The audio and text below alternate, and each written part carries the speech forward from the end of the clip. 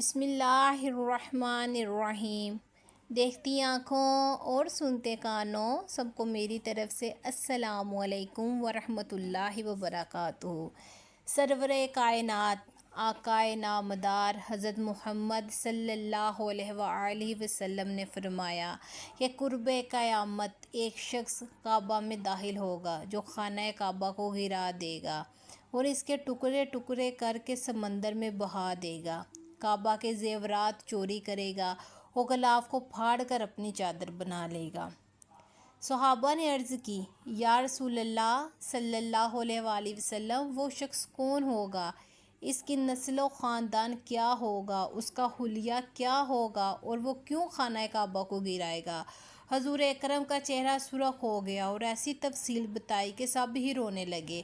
پیارے دوستو، اس واقعہ سے پہلے آپ کو بتاتی چلوں، خانہ کعبہ اللہ تعالیٰ کا گھر ہے اور ظاہر ہے جس کا گھر ہوتا ہے وہی اس کی حفاظت بھی کرتا ہے، لیکن یہ قیامت کی نشانیوں میں سے ایک نشانی ہے کہ ایک شخص خانہ کعبہ گرائے گا۔ یہ یاد رکھیں کہ اس سے پہلے بھی بہت بار کعبہ کو گرانے کی کوششیں کی گئی، لیکن کوئی بھی اس میں کامیاب نہ ہو سکا۔ ایک دفعہ یمن کے بادشاہ ابرہہ نے خانہ کعبہ کو گرانے کی کوششیں کی تھی، تو اس کا حشر کیا ہوا تھا یہ سبھی جانتے ہیں۔ حضرت محمد صلی اللہ علیہ وآلہ وسلم کی پیدائش سے 25 دن پہلے یمن کا بادشاہ ابرہہ ہاتھیوں کی فوج لے کر کعبہ ڈالنے کے لیے مکہ پر حملہ ور ہوا تھا۔ اس کا سبب یہ تھا، ابرہہ نے یمن کے در سلطنت صنعا میں ایک بہت ہی شاندار اور عالی شان گرجا گھر بنایا اور یہ کوششیں کی کہ عرب کے لوگ بجائے خانہ کعبہ کے یمن آ کر گرجا گھر کا حج کریں۔ جب مکہ والوں کو یہ معلوم ہوا تو قبلہ کنعانہ کا ایک شخص غیب و غضب میں جلدن کر یمن گیا اور وہاں جا کے گرجا گھر میں پخانہ کر کے اس کو نجاست سے لت پت کر دیا۔ جب ابرہہ کو یہ واقعہ سنا تو وہ طیش میں آپ سے باہر ہو گیا اور خانہ کعبہ کو ڈالنے کے لیے ہاتھیوں کی فوج لے کر مکہ میں حملہ کر دیا اور اس کی فوج کے اگلے دستے نے مکہ والوں کے تمام اونٹوں اور دوسرے مواشیوں کو چھین لیا۔ ان میں 200 یا 400 اونٹ حضرت عبدالمطلب کے بھی تھے۔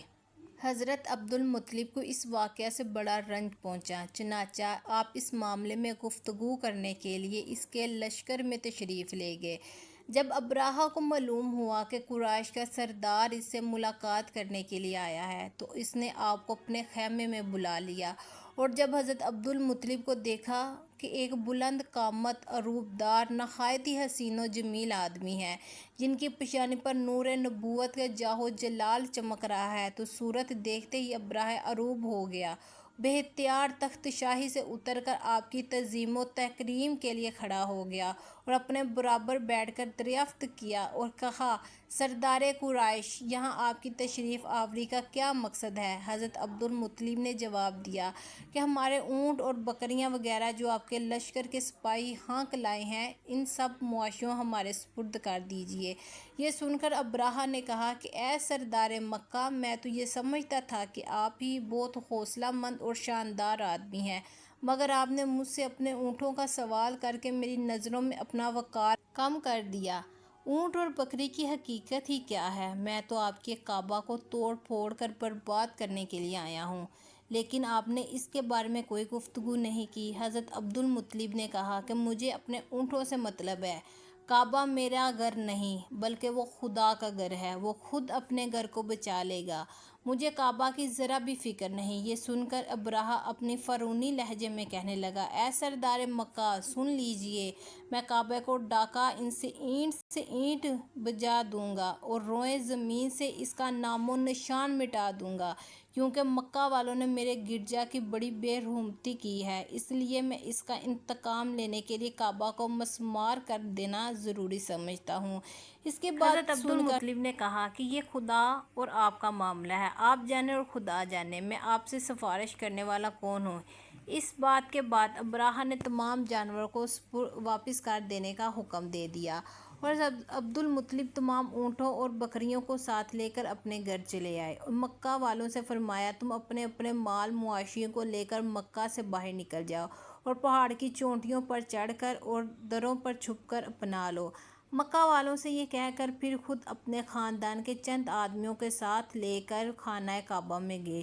وہ دروازے کا حلقہ پکڑ کر انتہائی بے قراری اور گریہ زاری کے ساتھ بارگاہ الہی میں اس طرح دعا مانگنے لگے کہ اے اللہ، بے شک ہر شخص اپنے اپنے گھر کی حفاظت کرتا ہے، لہٰذا تو بھی اپنے گھر کی حفاظت فرما اور صلیب والوں اور صلیب کے بیچاریوں کے مقابلے میں اپنے عطائے تشاروں کی مدد فرما۔ حضرت عبد المطلب نے یہ دعا مانگی، اپنے خاندان والوں کو ساتھ لے کر پہاڑ کی چوٹی پر چڑھ گئے، خدا کی قدرت کا جلوہ دیکھنے لگے۔ ابراہہ جب صبح کعبہ ڈالنے کے لیے اپنے لشکر اجرا اور ہاتھیوں کی قطار کے ساتھ آگے بڑھا، مقام مغمس میں پہنچا تو وہ خود اس کا ہاتھی، جس کا نام محمود تھا، ایک دم بیٹھ گیا۔ ہر چند مارا، بار لڑکارا، مگر ہاتھی نہیں اٹھا۔ اسی حال میں قہر الہی ابابیلوں کی شکل میں نمودار ہوئے اور ننھے ننھے پرندے جھنڈ کے جھنڈ، جن کی چونچیں اور پنجوں میں تین تین کنکریاں تھیں، سمندر کی جانب سے حرم کعبہ کی طرف آنے لگے۔ ابابیلوں کے ان لشکروں نے ابراہہ کی فوجوں پر اس زور و شور سے سنگ باری شروع کر دی کہ آن کی آن ابراہہ کے لشکر اور اس کے ہاتھیوں کے پر نچے اڑ گئے۔ ابابیلوں کے سنگا باری خداوند قہر و جبار کے قہر و غضب کی ایسی مار تھی کہ جب کوئی کنکری کسی فیل سوار کے سر پر پڑتی تھی تو وہ اپنے اس آدمی کے بدن کو چھینکتی ہوئی ہاتھی کے بدن سے پار ہو جاتی تھی۔ ابراہہ کی فوج کا ایک آدمی بھی زندہ نہیں بچا اور سب کے سب ابراہہ کی ان ہاتھوں سمیت اس طرح ہلاک و برباد ہو گئے، ان کے جسموں کی بوٹیاں ٹکڑے ٹکڑے ہو کر تباہ و برباد ہو گیا۔ واقعی صحابہ فیل کے زمانے میں مکہ والے کفر تھے مگر بیت اللہ کی تعظیم کرتے تھے، ان کی حرمت پامال نہیں کرتے تھے، اس لیے اللہ تعالیٰ نے کعبہ کو ابراہہ اور اس کے لشکر سے بچا لیا۔ لیکن کعبہ کو گرانے میں کوئی اس وقت کامیاب ہو سکے گا جب مقامی لوگ بھی کعبہ کی حرمت پامال کرنا شروع کر دیں گے اور اس کی حرمت کا پاس نہیں کریں گے۔ جب وہ بیت اللہ کی خدمت اور اہتمام سے پہلو تہی کریں گے تو اللہ تعالیٰ ان کی مدد سے ہاتھ کھینچ لیں گے۔ بے شک بہت دفعہ کعبہ کو تباہ کرنے کی کوشش کی گئی لیکن کوئی کامیاب نہیں ہوا۔ لیکن قیامت کی نشانیوں میں حضور اکرم صلی اللہ علیہ وسلم نے ایک نشانی یہ بتائی ہے، ایک شخص خانہ کعبہ کو گرانے میں کامیاب ہو جائے گا، نہ صرف کامیاب ہوگا بلکہ کعبہ کے ٹکڑے کر کے سمندر میں پھینک دے گا۔ بے بس کے بارے میں نبی اکرم صلی اللہ علیہ وسلم نے ارشاد فرمایا، اللہ تعالیٰ اپنے نبی کو ہر چیز کا علم فرما دیا ہے، جو بات نبی کریم صلی اللہ علیہ وسلم نے فرما دی وہ کام ہو کر ہی رہنا ہے۔ آپ صلی اللہ علیہ وسلم یہ بھی بات کرتے تھے، وہ اپنی مرضی کے مطابق نہیں بلکہ اللہ تعالیٰ کے حکم سے ہی کرتے تھے۔ نبی اکرم صلی اللہ علیہ وسلم کا علم اللہ تعالیٰ کے علم کے مطابق سمندر کے پانی کے قطرے کے برابر بھی نہیں ہے۔ اسی طرح نبی اکرم صلی اللہ علیہ وسلم کا علم اور عام انسان کے علم میں بہت ہی بڑا فرق ہے۔ اللہ تعالیٰ کے نبی اور ان کی باتوں کے بارے میں علم ہوتا ہے جن کے بارے میں ہم کو گمان تک نہیں ہوتا۔ ہم نبی اکرم صلی اللہ علیہ وسلم کے علم کا اندازہ نہیں لگا سکتے۔ اللہ تعالیٰ کی ذات بابرکت ذات ہے، اس کے علم کے بارے میں معلوم کرنا تو کسی کے بس کی بات ہی نہیں۔ محدثین اکثر علماء کرام کا کہنا ہے کہ جب قیامت قریب آنے والی ہوگی تو خانہ کعبہ کو گرانے جانے کا قصہ پیش آئے گا۔ جن لوگوں کو اس کے بارے میں علم ہے ان کو اس کے بارے میں حدیث مبارک کی روشنی میں بتاتے ہیں۔ خانہ کعبہ کی نشانیوں میں سے ایک عظیم الشان نشانی ہے، جب تک کعبہ قائم ہے اس وقت تک دنیا بھی قائم و دائم رہے گی۔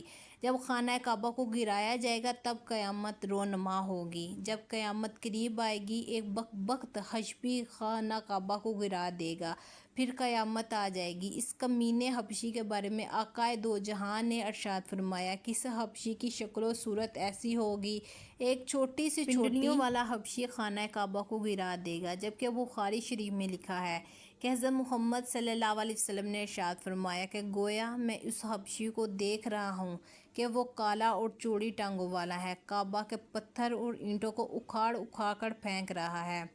بخاری شریف میں ہے، قرب قیامت کے وقت حضرت عیسیٰ علیہ السلام کے پردہ کرنے کے بعد جب لوگوں کے سینوں سے قرآن پاک اللہ تعالیٰ اٹھا لے گا تو اس کے بعد وہ بدبخت حبشی خانہ کعبہ کو گرائے گا۔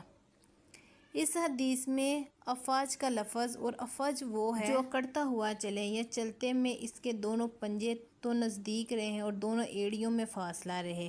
وہ حبشی مرد جو قیامت کے قریب کعبہ ڈالے گا وہ اسی شخص کا ہوگا دوسری روایت میں ہے اس کی آنکھیں نیلی، ناک پھیلی ہوئی ہوگی، پیٹ بڑا ہوگا، اس کے ساتھ اور لوگ ہوں گے، وہ کعبے کا ایک ایک پتھر اکھاڑ ڈالیں گے اور سمندر میں لے جا کر پھینک دیں گے۔ رسول اللہ صلی اللہ علیہ وسلم نے ارشاد فرمایا، ایک شخص کی حجر اسود اور مقام ابراہیم کے درمیان بیعت کی جائے گی، اس گھر کی حرمت کو اس کے رہنے والے ہی پامال کریں گے، اور جب ایسا ہوگا پھر عربوں کی ہلاکت اور بربادی کے بارے میں پوچھا نہ جائے گا۔ پھر حبش سے ایک لشکر آئے گا جو کعبہ کو تباہ و برباد کر دے گا، اس تباہی کے بعد پھر اللہ کا یہ گھر کبھی آباد نہ ہو سکے گا، یہی لوگ اس کا خزانہ بھی نکال کر لے جائیں گے۔ عبداللہ بن عمرو رضی اللہ تعالی عنہ سے روایت ہے کہ نبی اکرم صلی اللہ علیہ وسلم نے فرمایا، اہل حبش کو چھوڑے رہو جب تک وہ تمہیں چھوڑے ہوئے ہیں، کیونکہ کعبہ کے خزانے کو سوائے ذوالفقارین حبشی کے کوئی اور نہیں نکالے گا۔ آخری زمانے میں حضرت عیسیٰ علیہ السلام کے وصال کے بعد جب سینوں سے قرآن پاک اٹھا لیا جائے گا تو اس کے بعد وہ بدبخت حبشی خانہ کعبہ کو گرائے گا۔ یہ قیامت کے بالکل نزدیک ہوگا۔ یہاں سے یہ بات بھی ذہن میں رکھیں گے کہ ان قیامت کی نشانیوں سے متعلق روایات میں سے چند معاملات اور شخصیات کو چھوڑ کر ان کا ہونے کا وقت و حالات شخصیت اقوام عالم کا معاملہ کافی مبہم ہے، اور یہ واضح نہیں کہ اس پر کوئی حتمی رائے دی جا سکے کہ کب کون کیسے خروج کرے گا وغیرہ وغیرہ۔ آج کل کے سیاسی تذکرے میں لوگ اور اکثر علماء کرام بھی یہ سمجھ رہے ہیں کہ بس صرف چند سالوں یا دہائیوں میں آنے والی ہے۔ حقیقت یہ ہے کہ جب قیاس آرائیاں اور سادہ لوح عوام الناس کو محسوس کرنے اور علم و جہاد سے دور کرنے کے لیے کی جاتی ہے۔ اگر گہری نگاہ سے دیکھا جائے تو بڑے سے بڑے فتنے تو کئی صدیوں پہلے سے ہی رونما ہونا شروع ہو گئے ہیں۔ کتنے ہی لوگ ہیں مہدی ہونے کا ڈرامہ رچایا، کتنی ہی دفعہ مسلمانوں اور یہودیوں انصاری میں بڑی جنگیں ہوئی، کئی مرتبہ قبلہ اول فتح ہوا، کتنی مرتبہ قبلہ اول پر یہود کا قبضہ رہا، کتنے مرتبہ جدال نما انسان پیدا ہوئے، لیکن ان کا ذکر قرب قیامت کے سلسلے میں نہیں ہوتا۔ صرف 20ویں 21ویں صدی کے سیاسی معاملات اور واقعات کو ہی قرب قیامت سمجھ لیا گیا، جبکہ نبی کریم صلی اللہ علیہ وسلم کے ایک فرمان کے مطابق آپ کی وفات کے بعد کا سارا زمانہ قرب قیامت ہی ہے، چاہے کتنی ہی صدیاں بیت کیوں نہ جائیں۔ اگر آپ کو ہماری ویڈیو اچھی لگتی ہے تو ہمارے چینل کو لائک، شیئر اینڈ سبسکرائب کرنا مت بھولیے گا۔ اپنا خیال رکھیں۔ فی امان اللہ۔ ایک بہت اچھی ویڈیو کے ساتھ پھر آپ سے ملاقات ہوگی۔ فی امان اللہ۔ اللہ حافظ۔